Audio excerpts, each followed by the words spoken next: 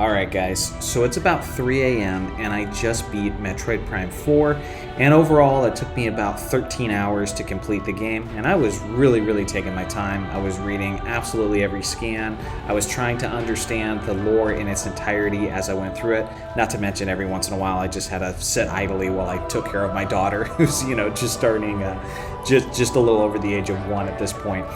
And so yeah, just finished it, and I gotta have an honest discussion with you guys because I have a lot of thoughts. Now, first off, let me say, this is my non-spoiler review / recap. So I'm going to purposely talk with some level of vagueness for those who haven't played the game yet or haven't played the game all the way through. But within a couple of days, I will be giving my extensive thoughts on the game as a whole and all its various details, and I cannot wait to share that video with you guys because there are so many little details that need to be discussed about this game, and I'm excited to discuss it as longtime Metroid fans because right now there's a lot of people who are just like strangers to Metroid who are giving thoughts on it like they're experts on the matter when they're really not. I know a lot of you guys in the chat, you really know your stuff because we talk about Metroid on this channel all the time. And let me just, again, give my backstory a little bit. I am a diehard Metroid fan going all the way back to when I was a kid. I think the very first video game I might have ever played was Metroid on the NES because I'm in my mid-30s now, and when I was born, my dad already had an NES. And so he was a big gamer too, and Metroid was one of those games we played. So it's funny because a lot of people have nostalgia for Super Metroid. My nostalgic Metroid game is actually Metroid for the NES. That one has a really sweet spot in my heart.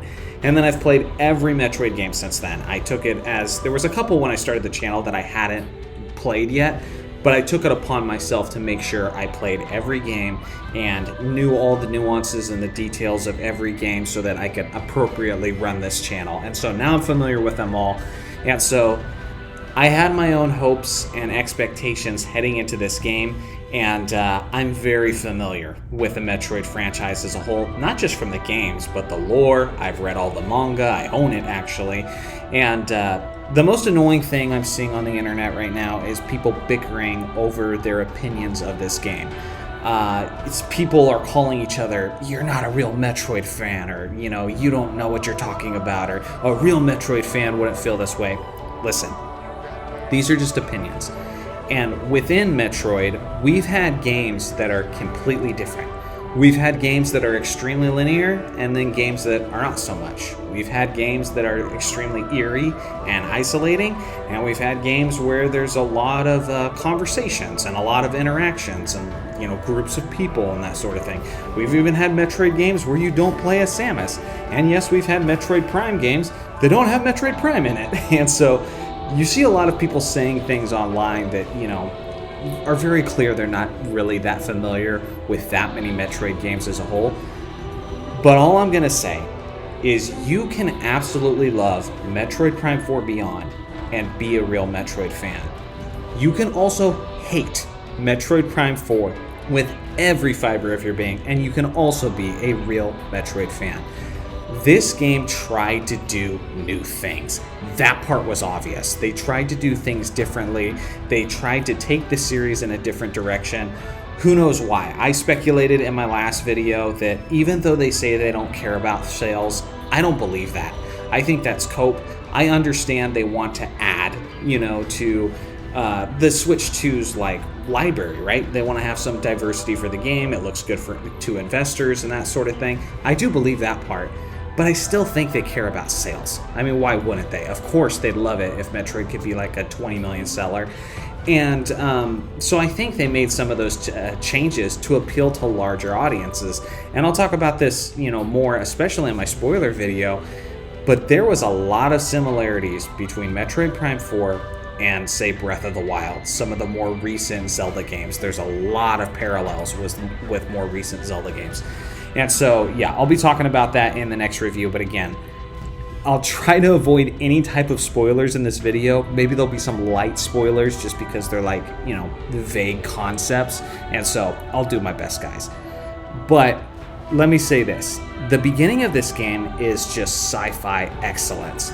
It's so creepy. The music and the atmosphere are really good. There's times where you feel like you're traversing through this really holy, sacred temple, but it's also like simultaneously unsettling, and you're like asking yourself, like, are these alien beings on my side? Are they actually evil? Like, what's going on here? And I love that kind of mystery and that, disturbing beauty. That's perfectly Metroid. And so I was very much enjoying that at the beginning of the game.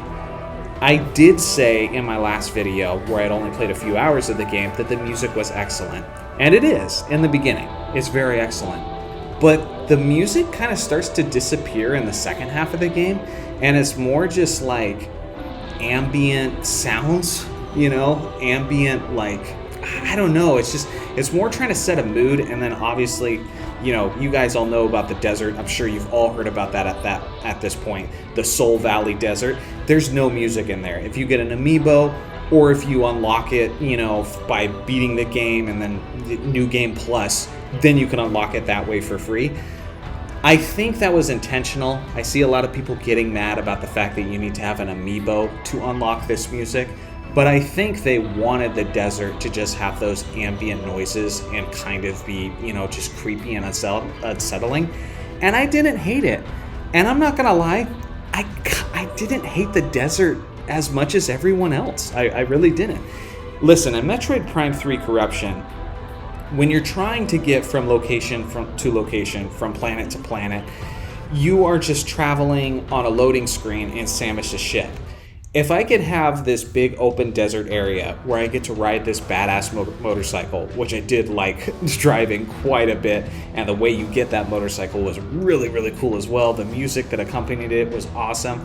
Why not? I had fun with it, Was it the most involved desert area? No, but I'm glad it wasn't, because I don't want to spend a bunch of time in a Metroid game hunting around for 900 Korok seeds like it's freaking Breath of the Wild. Like, I don't want to do that.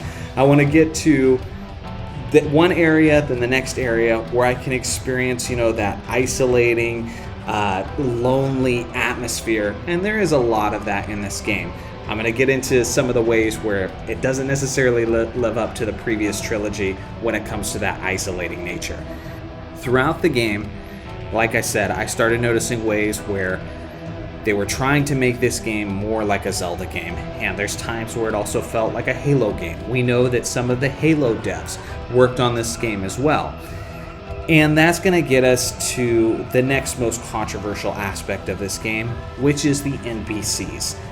And as I said in the last video, I did think the reaction to the NPCs was overblown, and I definitely felt that way in the beginning of the game. But guess what, guys? They not only double down, they triple down, they quadruple down, and I think the amount of NPC interaction got more and more intense as the game went on, to the point that, guys, I just gotta be real, as a longtime Metroid fan, it was annoying the hell out of me. And it's not even necessarily the character so much. Like Mackenzie, for example. I know he's a nerd, and he's gonna act nerdy. Okay, that's one thing. I can just say, okay, that's a nerdy character. But why does every single freaking character have to greet me every time I walk into a room and they haven't seen me for 2 minutes? Why every single time I accomplish the slightest little puzzle-solving detail, they need to clap and cheer for me? Like, shut up. Just shut up. It just took me out of it. And I think a lot of people have been saying that. And again, if you liked it, good for you. I'm genuinely happy for you. Does every Metroid game have to have Samus being alone and pure quiet? No, not necessarily. Even from a lore standpoint, she works with the Galactic Federation. It's like the galaxy's government. Of course, there's going to be a lot of people involved in that, and a lot of people that she's going to have to interact with. But with that being said, if I'm being completely honest, my most enjoyable Metroid experiences are always when I'm alone in some really immersive, really creepy atmosphere with just Samus and the music. That is the best time. And honestly, that's the case for Metroid Prime 4 as well. those are the best times of the game. But those are few and far between in this game, guys. I mean, seriously, especially as it gets later on into the game. You are interacting with these characters almost all the time, and you have some little quiet moments in between, and I truly cherish those. But it got to a point where it was so bad, where about 2/3 through the game, I muted the NPC speaking volume. I just completely muted it. I was like, I don't want to hear you guys anymore.